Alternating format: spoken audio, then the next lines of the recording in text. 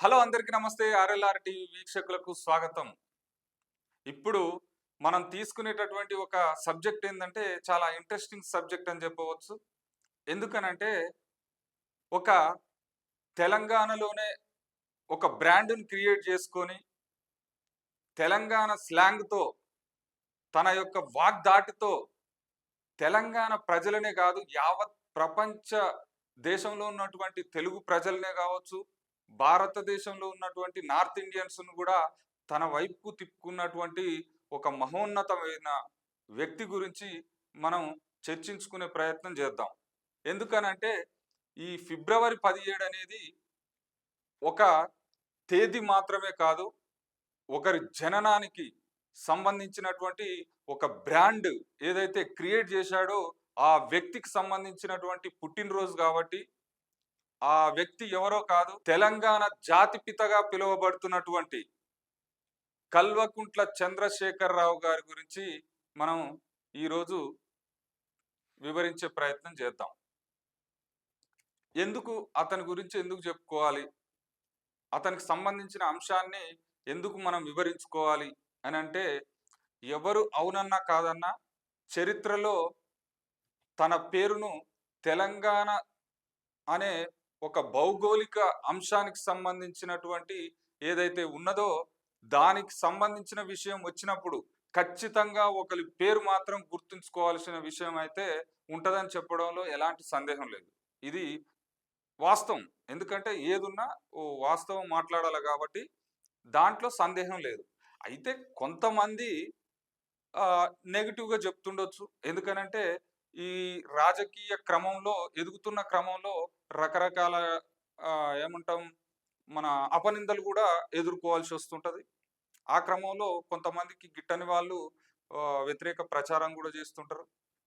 సరే ఏదేమైనప్పటికీ సరే, రాజకీయ ధోరణి గాకుండా ఒక బ్రాండ్‌గా నిలిచినటువంటి ఒక తెలంగాణ జాతిపీయ రిపీటెడ్ ఒక బ్రాండ్ అంబాసిడర్‌గా ఉన్నటువంటి, తెలంగాణ జాతిపితగా పిలువబడుతున్నటువంటి, తన యొక్క అనుచరుల చేత ముద్దుగా తెలంగాణ జాతిపిత అని పిలువబడుతున్నటువంటి కేసీఆర్ గురించి వివరించే ప్రయత్నం చేస్తాను. ఫిబ్రవరి 17వ తారీఖు 1954 సంవత్సరంలో చింతమడకలో జన్మించినటువంటి వ్యక్తే మన కేసీఆర్. అది పూర్వం మెదక్ జిల్లాలో ఉండేది. ప్రస్తుతం సిద్దిపేట జిల్లాలో ఉండడం జరిగింది. ఇతనికి పుస్తక పఠనం అనేది ఎక్కువ ఉండడం వల్ల పుస్తక యొక్క పుస్తకాల కాంక్ష, అంటే ఎక్కడికెళ్ళినా ఎప్పుడైనా గానీ ఏదో ఒకటి పుస్తకాన్ని పట్టుకొని చదవాలనే ఆలోచన, తృష్ణ ఎక్కువ ఉండడం వల్ల తెలుగు సాహిత్యం తీసుకోవడం జరిగింది. ఆ విధంగా ఉస్మానియా యూనివర్సిటీలో కంప్లీట్ చేయడం జరిగింది తన యొక్క విద్యాభ్యాసం. అలా కొనసాగిస్తున్న క్రమంలో తన యొక్క రాజకీయ తృష్ణ ఏదైతే ఉందో బలంగా రోజు రోజుకు పెరుగుతుండడం వల్ల అతను ఏం చేశాడంటే 1970లో యూత్ కాంగ్రెస్ లీడర్‌గా ఆ పార్టీలో కొనసాగడం ప్రారంభించాడు. ఈ కొనసాగుతున్న క్రమంలో తనకు ఎమ్మెల్యేగా పోటీ చేయాలనే కాంక్ష బలంగా పెరిగింది. ఎమ్మెల్యేగా పోటీ చేయాలంటే ఆ తరుణంలో అక్కడ బలమైన కాంగ్రెస్ లీడర్లు ఉండడం చేత అవకాశం రాకపోవడం వల్ల చాలా కాలం నుంచి ఎదురు చూస్తున్న సందర్భంలో తెలుగు రాష్ట్రాల యొక్క, అంటే ఇప్పుడు ప్రజెంట్ ఆంధ్రప్రదేశ్ వేరు, తెలంగాణ వేరు.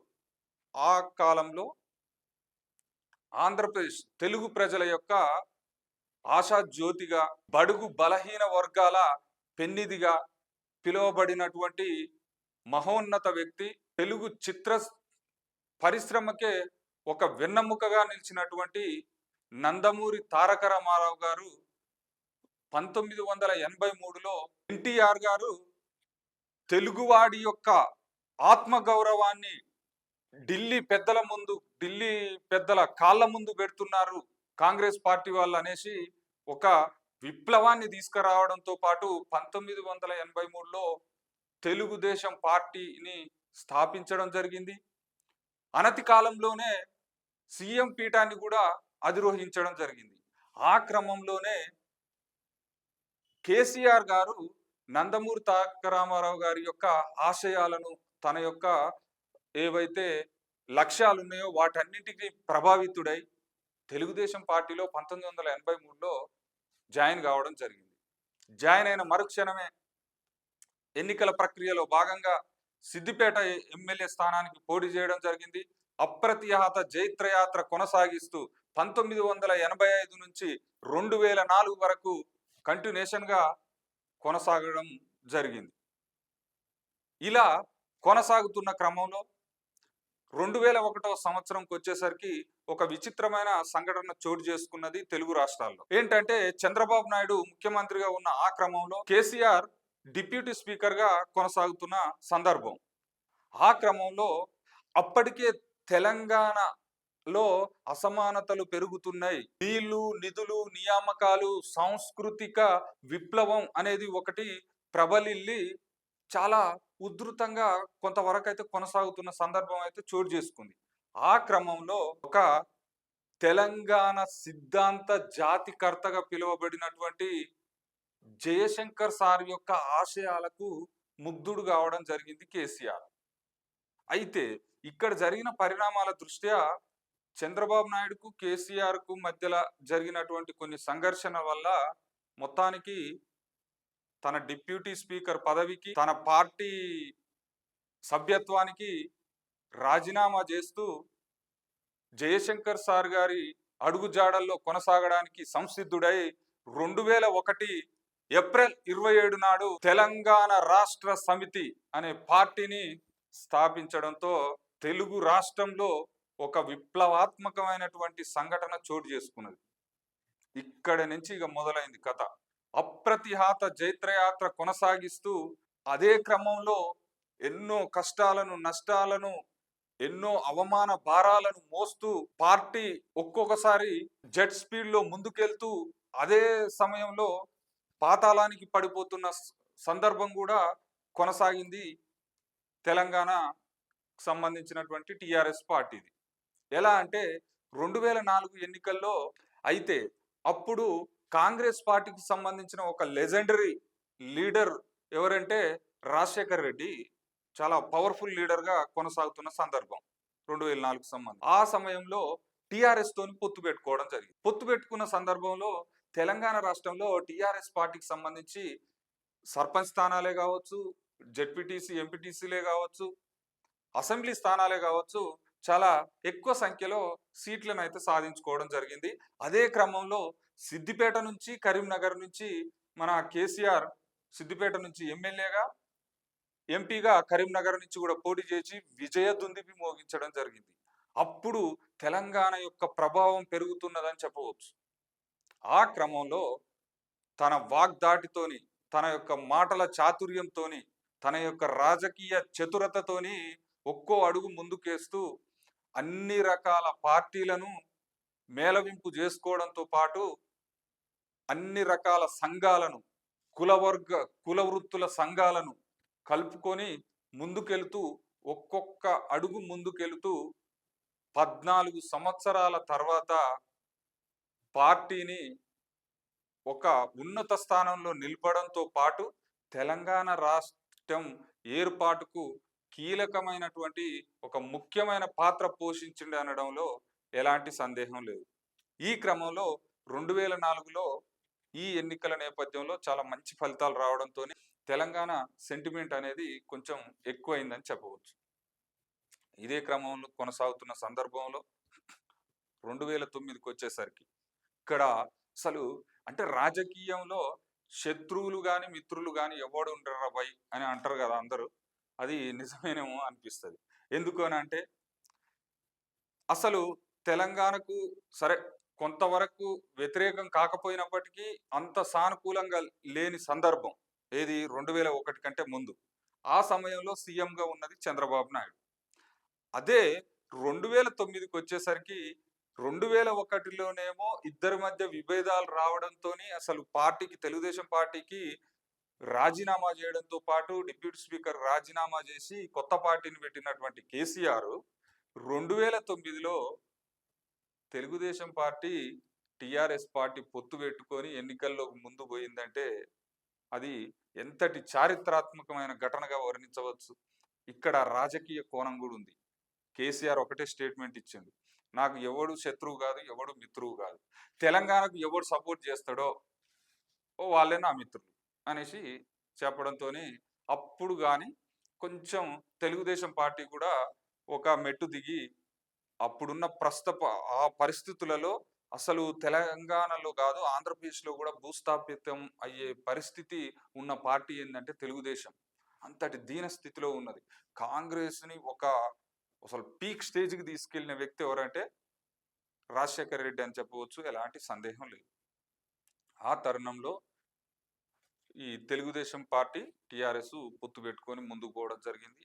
ఆ క్రమంలోనే అసెంబ్లీలో జరిగిన చర్చల్లో భాగంగా ఇక్కడ ఇంకొకటి ఏం చేసిండు కేసీఆర్ అంటే, ఇది ప్రాంతీయ సమస్య, ఈ సమస్యని జాతీయ స్థాయిలో జాతీయ మీడియాలో ప్రభావితమయ్యే విధంగా చేయాలంటే ఖచ్చితంగా ఎంపీ స్థానంలో కొనసాగితే మేలు అనేసి ఏం చేశాడు, 2009లో ఎంపీగా మహబూబ్ నగర్ నుంచి గెలవడం జరిగింది. ఆ విధంగా తన యొక్క రాజకీయ చతురతను ప్రదర్శిస్తూ పార్లమెంట్లో కావచ్చు, ఎక్కడ వీలుంటే అక్కడ శాయశక్తుల తెలంగాణ అంశానికి సంబంధించినటువంటి డిబేట్లే కావచ్చు, ప్రతి అంశంలో కూడా పోరాటం చేస్తూ ఇక తెలంగాణ రాదేమో అనుకొని నిరుత్సాహపడుతున్న తరుణంలో ప్రతిసారి ఏదో ఒక పెద్ద మీటింగ్ పెట్టించి తెలంగాణ ప్రజలలో నూతనోత్తేజం వచ్చే విధంగా చేసిండు అనడంలో ఎలాంటి సందేహం లేదు. తన యొక్క స్పీచ్ వినడం కోసం తెలుగు రాష్ట్రాల ప్రజలే కాదు, యావత్ ప్రపంచంలో ఉన్నటువంటి తెలుగు ప్రజలందరూ కూడా మొత్తం టీవీలకు అతుక్కొని చూసిన సందర్భం కూడా ఉంది. అంతటి వాగ్దాటి ఉన్నటువంటి వారెవరంటే కేసీఆర్. కేసీఆర్ ఒక బలమైన నిర్ణయం తీసుకోవడం జరిగింది. ఎంతటి బలమైన నిర్ణయం అంటే, తెలంగాణ వచ్చుడో కేసీఆర్ సచ్చుడో, ముచ్చటే లేదు. ఇక పెద్ద స్టేట్మెంట్ కూడా ఇవ్వడం జరిగింది. ఆ విధంగా స్టేట్మెంట్ ఇవ్వడంతో పాటు ఆ స్టేట్మెంట్ కట్టుబడి 2009లో నవంబర్ 29న నిరాహార దీక్షకు కూడా పూనుకోవడం, ఆ నిరాహార దీక్షలో భాగంగా కేంద్రం పైన ఒత్తిడి బలంగా రావడం, ఆ ఒత్తిడిలో భాగంగా కేంద్రం ఒక మెట్టు దిగివచ్చి పార్లమెంట్లో అన్ని చర్చలు జరగడంతో పాటు ఒక అనౌన్స్మెంట్లు కూడా చేయడంతో పాటు మొత్తానికైతే తెలంగాణని ఏర్పాటు చేయడానికి సానుకూలంగా ఉండడంతో పాటు 2014లో ఏర్పాటయ్యే విధంగా అన్ని చర్యలు తీసుకొని జూన్ 2 నాడు తెలంగాణ రాష్ట్రాన్ని ఏర్పాటు చేయడం జరిగింది. ఈ 2014లో జరిగినటువంటి అసెంబ్లీ ఎన్నికల్లో ఒంటరి పార్టీగా పోటీ చేస్తూ అఖండ విజయాన్ని అందుకొని మొట్టమొదటి సీఎంగా తెలంగాణ రాష్ట్రానికి కేసీఆర్గా ఎన్నుకోవడం జరిగింది. అందుకే అంటారేమో, చావు నోట్లో తలబెట్టి వచ్చిన వాడే కేసీఆర్ అని కూడా చాలామంది తన యొక్క అనుచరులు అనుకోవడం మనం విన్న విషయం. ఇట్లా అంటే ఏ విధంగా చూసుకున్నా కానీ ఎక్కడనైనా ఏ విషయంలోనైనా మొత్తానికైతే రకరకాల పై ఎత్తులు వేస్తూ తెలంగాణ అంశానికి ఎవరైతే సపోర్ట్ చేస్తుంటారో జాతీయ మీడియాలో జాతీయ పార్టీలను కూడా కలుపుకొని తెలంగాణ పార్టీకి సపోర్ట్ చేయించే విధంగా తన యొక్క వాగ్దాటితోని హిందీలో కూడా చాలా చాకచక్యంగా చాలా అద్భుతంగా ప్రసంగం చేయగల దిట్ట ఎవరంటే కేసీఆర్ అని చెప్పవచ్చు. దాంట్లో ఎవ్వరు కూడా సందేహం పడాల్సిన విషయం లేదు. ఇట్లా ప్రతి విషయంలో కూడా తెలంగాణకు అనుకూలం అయ్యే విధంగా చేయడంతో పాటు ఈ కేసీఆర్కు ప్రతి ఒక్కరు కూడా చాలా మంచిగా సపోర్ట్ చేశారని చెప్పవచ్చు. మరి తెలంగాణ ఒక్కడే స్పీచ్ ఇస్తే తెలంగాణ వచ్చిందా అనేది కూడా విమర్శకుల ప్రశ్న. అంటే దానికి సమాధానం ఏంటంటే, ఎవరో ఒకరు ముందుండైతే నడవాలి. ఎగ్జాంపుల్ క్రికెట్ జట్టునే తీసుకుంటే ఒక కెప్టెన్ అనే వ్యక్తి ఉంటేనే కదా ఆ టీం ముందుకెళ్ళేది. కెప్టెన్ లేనప్పుడు ఎవరు నిర్ణయాలు తీసుకోవాలి? ఇప్పుడు బౌలింగ్ చేసేటప్పుడు ఏ బౌలింగ్ చేస్తే ఆ బౌలరే నిర్ణయాలు తీసుకుంటే అది సెట్ కాదు కదా.